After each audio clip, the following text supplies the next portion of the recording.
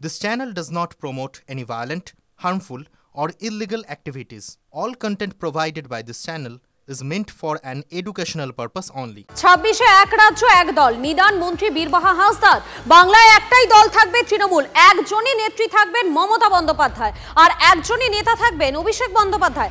আগামী দিনে ঝান্ডা বাঁধার মতো একটা খুঁটিও যেন না পায় বিজেপি, নিশ্চিত করতে হবে দলীয় কর্মীদের। বাঁকুড়ার তালডাংরায় তৃণমূলের বিজয়া সম্মিলনী থেকে দলীয় কর্মীদের নিদান বনমন্ত্রী।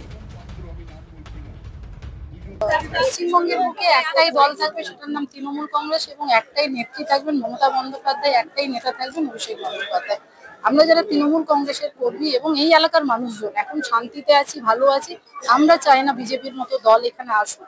এত নোংরা, আমি তো বললাম দুদিন আগে, সবাই জানেন যেভাবে আমার সাথে ঘটনা হলো, মানে এরা যদি চলে আসে তাহলে আমাদের বাঁচা দায় হয়ে যাবে, এই এলাকার মানুষের বাঁচা দায় হয়ে যাবে। তাই আমরা চাই না একটাও ভোট নয়, একটাও পতাকা যেন লাগানো জায়গা না পায়।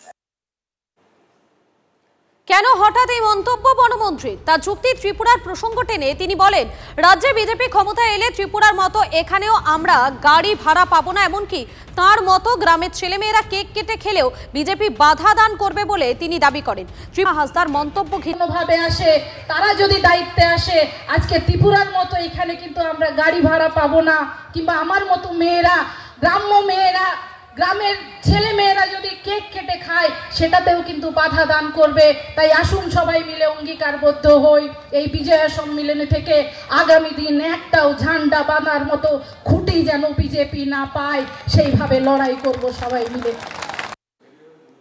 আর এই নিয়েই শুরু হয়ে গিয়েছে রাজনৈতিক শোরগোল। এ বিষয়ে বিজেপির পক্ষ থেকে কি বলা হচ্ছে এবং সিপিএম এর পক্ষ থেকে কি বলা হচ্ছে শোনাবো আপনাদের। প্রধানমন্ত্রী স্বপ্ন দেখছে, স্বপ্ন দেখুক, স্বপ্ন দেখতে বাধা নেই। উনি তো নিজেই স্বীকার করছেন যদি বিজেপি আসে, তার মানে ভয় আছে একটা যে বিজেপি আসবে। জনগণ খুঁটি লাগাবে, খুঁটিতে পতাকা লাগাবে বিজেপি, জনগণ প্রস্তুত আছে। এক দল,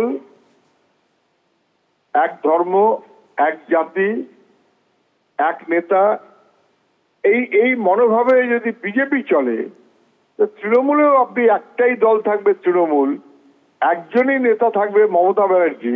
ওইখানে আবার অভিষেক যদি বাই চান্স খেপে খুপে যায়, তাহলে এক নেত্রী মমতা ব্যানার্জি, এক নেতা অভিষেক ব্যানার্জি, এর সবই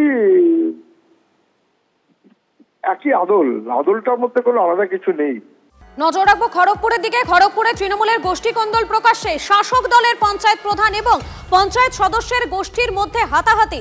পঞ্চায়েত সদস্যকে মারধর, কালি ছিটিয়ে দেওয়ার অভিযোগ প্রধানের বিরুদ্ধে। পাল্টা পঞ্চায়েত সদস্যের বিরুদ্ধে মারধর, কালি ছেটানোর অভিযোগ প্রধানের। তৃণমূলের দুই গোষ্ঠীর মধ্যে সংঘর্ষে ব্যাপক উত্তেজনা ছড়ায় খড়গপুর 2 নম্বর ব্লকের চাঙ্গওয়াল অঞ্চল অফিসে। হাসপাতালে ভর্তি আক্রান্ত পঞ্চায়েত প্রধান এবং সদস্য। নিরাপত্তাহীনতায় ভুগছেন দুজনই।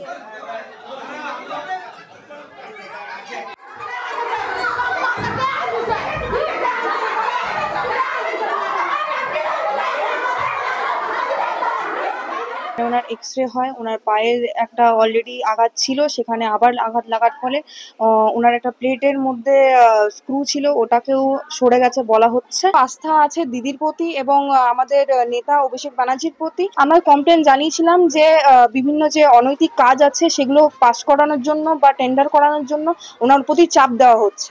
আমরা অনেকবার তাদের কাছে চিঠি বা কমপ্লেন করে জিনিসটা তুলে ধরার চেষ্টা করেছি। পরবর্তীকালে শুনেছি যে ওই চিঠিগুলো ওনাদের কাছে ঠিকমতো পৌঁছায়।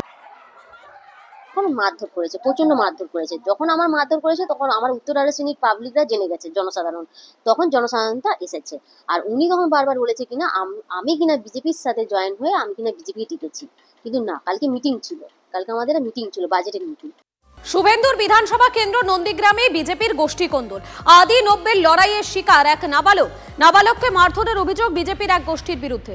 সোশ্যাল মিডিয়ায় পোস্ট করে তোপ তৃণমূল নেতার। 3 নম্বর মণ্ডলের সভাপতি হিসেবে বটকৃষ্ণ মণ্ডলের নাম ঘোষণার পর থেকেই বিবাদ। বিজেপির মধ্যে শুরু হয়েছে আদি এবং 90 লড়াই।